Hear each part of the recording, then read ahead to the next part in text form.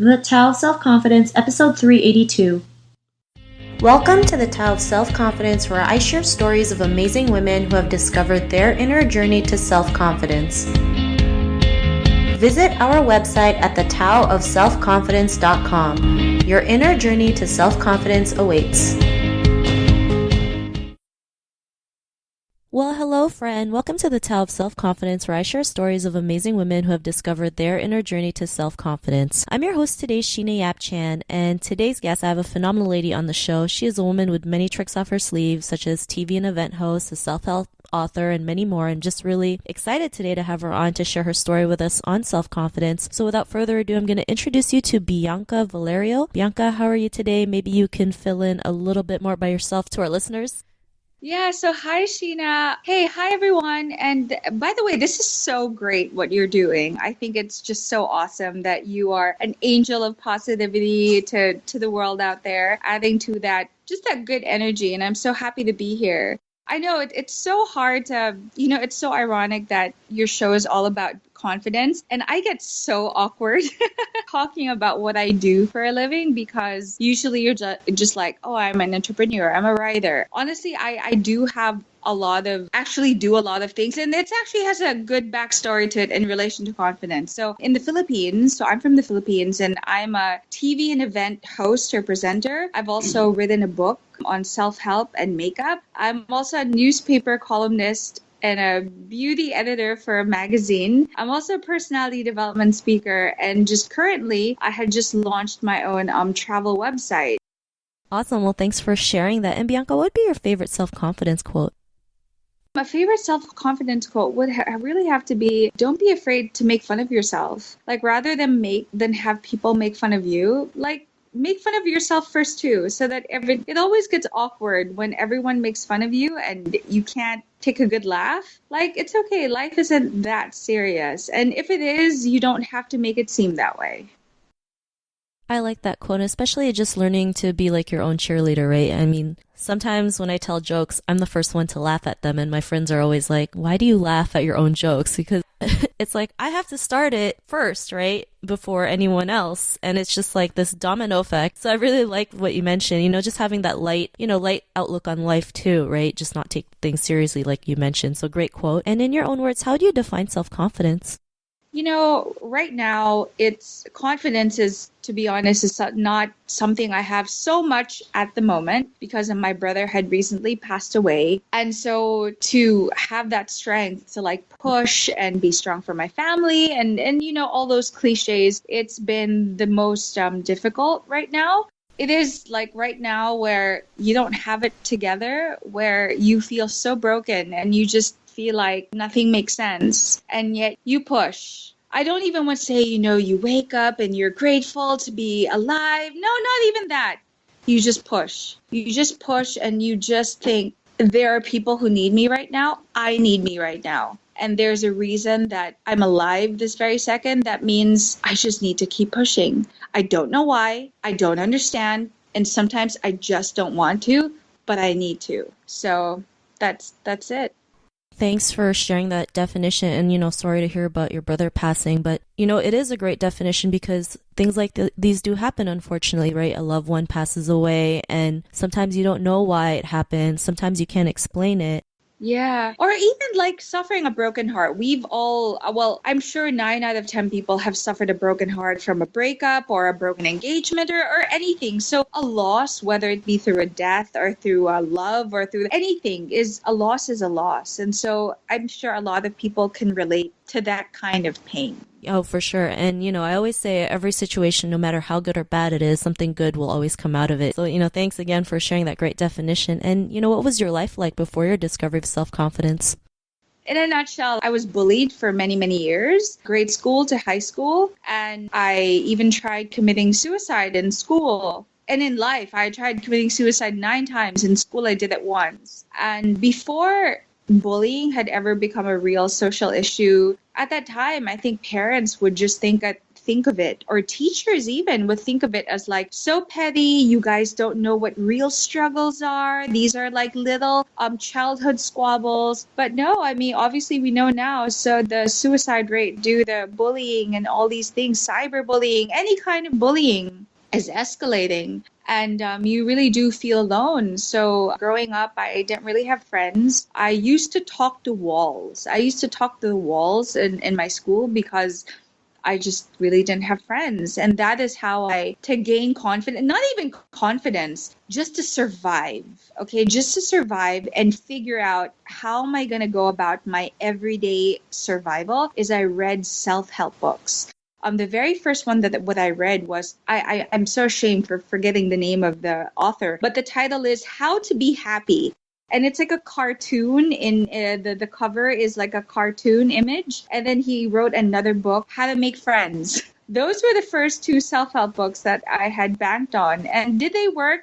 Maybe the How to Be Happy just a little bit. How to Make Friends, I think so. But to be honest, not really. Because I think when you're feeling so broken, you don't know what else to do, but they helped me to some extent. And that was when I knew back then where I wanted to do something like this. And when I had got into modeling, which ironically is supposedly where you feel confident, makeup. So first it was self-help books. And then number two, when makeup artists had started working on me, I first looked in the mirror and I was like, damn, I look so different. And I look pretty. And even if I feel so ugly inside, I felt pretty. And that was like some transformation where it's very aesthetic and it's seemingly very shallow. But I'm sure you would know, even getting a new haircut, getting a blow dry, shaving your legs, it really has, or doing your eyebrows, it does have some transformational emotional effects on the inside, even if the transformation is primarily on the outside. So that was makeup. And then so on and so forth. I had gone to beauty school and I decided I want to write a book.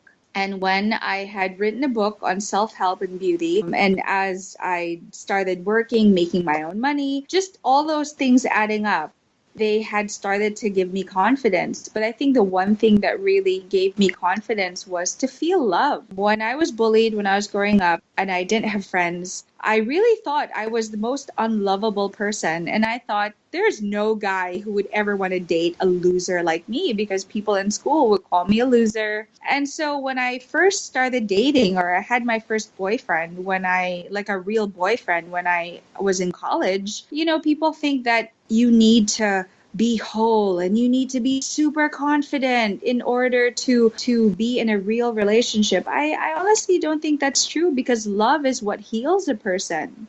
And it's like a dog. How can you tell a dog that's been injured with broken scrapes and all that, oh, I'm sorry, I can only love you if you're whole and looking good? That's not true. But in fact, a dog can be the best pet there is once it feels this love. And that's how I felt when I had, dated another person, and I had just built up that self-esteem and to become the person that I am now. I'm not saying that you need to date in order to feel whole, but I'm just sharing from experience that to feel loved by a friend, by a romantic partner, by your family is the most healing thing that there is, and can really build that confidence in you. So yeah, there really is a culmination of different things, but I think love ultimately is what helped me learn to love myself. Sorry, that was so deep, but there's just no way to explain that so simply.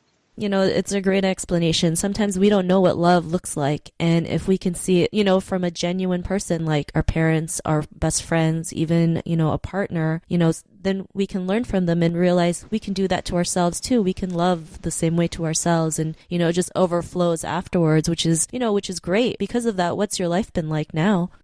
Because of that, it's really so interesting that you came at a time when I wish I could tell you everything's amazing. But it is really, as they say, a matter of perspective. It is really your mindset.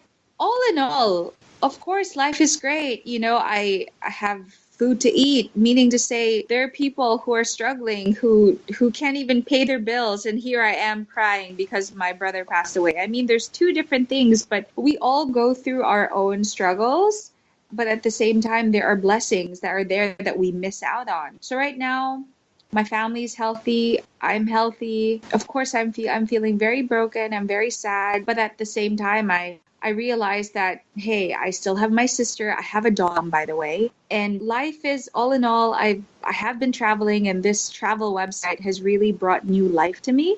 I knew that after doing the self-help book, which was in 2011, the name of the book was Face to Face: The Healing Power of Makeup, and I had donated all my royalties to charity. The new passion that I have now is using like motivation and self-help through travel. And so it's like, even if I'm sad, it's taking my mind off it, or I'm turning, as they say, cliche, turning my wounds into wisdom. So I'm turning that pain into power.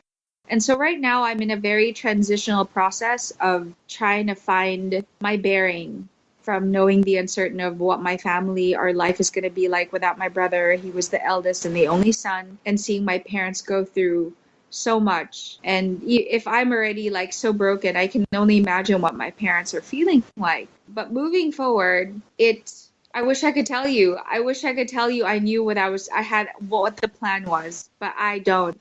I really don't. And I wish that I had it all figured out. And ironically, I just posted a video on Instagram about sharing to people that, it's okay if you don't have it figured out. It's okay if you don't have your shit together. It's okay if you don't know what to do, because we will never know what it's like to be whole if we don't know what it's like to be broken. So right now, I guess the universe is just teaching me to just find strength somewhere within myself and remember what it feels like to be whole again. So little by little, yeah. Thanks for sharing that. And, for being so honest and vulnerable too, right? I think people think self-confidence is like, you always have to have a strong face. You always have to, not share your problems. But here you are, fully just letting go and just sharing what you're feeling right now. But knowing there's, light at the end of the road. I think that's the most important thing that we can learn from this. So I'm really grateful that you're just sharing your all. And that's also, confidence, just learning, having the courage to sharing your all, even if you're afraid that people might judge you or think differently about you. People will judge us for what we're doing right now because they think what we're doing is a load of shit. They think everything is so emo, or they think everyone has a reason for something. And confidence is also knowing that if you have a story and you feel like you need to tell the world because you think it can somehow make the world a better place or make you a better person to contribute to a better world, then you do that. Fuck what people say. They're gonna talk anyway. Might as well give them something good to talk about, meaning they can say shit about you, but it's based on something good. If you know that your conscience is clean, you're not hurting anyone, then you find confidence in that. That's why I've never met you, Sheena, but I like you already. You are a blessing to this world, and for you to make this effort to build this website and use your time and your heart to reach out to people through this medium of podcasts and this digital realm where it's so uncertain because anyone can just be a troll and be a fucker, sorry to be candid, but you are very brave, and I get a lot of courage from just speaking to you. So thank you for sharing your energy with me. Not a problem. And thank you as well for being here and sharing your story. It's just inspiring to know that, even though you're going through probably one of the hardest things in your life, you're still standing, you're still pushing, as you're mentioning, and, you're still doing good out there. You're still doing great things out there. So thank you so much. And, I love that tip. It's okay to share your story no matter what happens. Like you mentioned, coming from a good place, and there's nothing wrong with sharing your story. So I really appreciate that. And Bianca, if our listeners wanted to get to know a little bit more about you, check out your book or your travel website, is there any links or social media profiles we can connect with?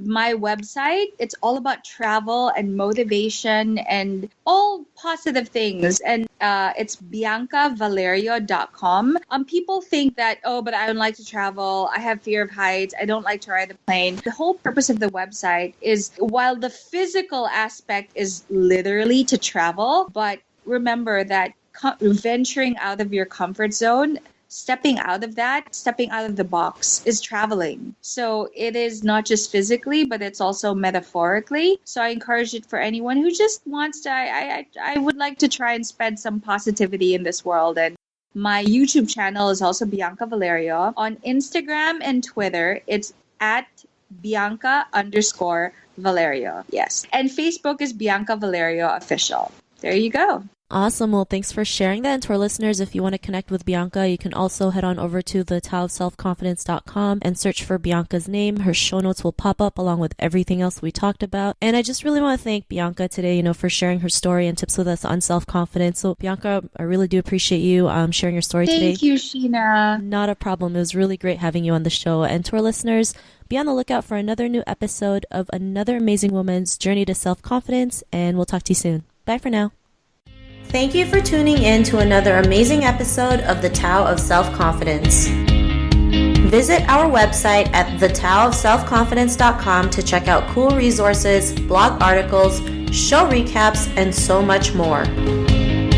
Your inner journey to self-confidence awaits.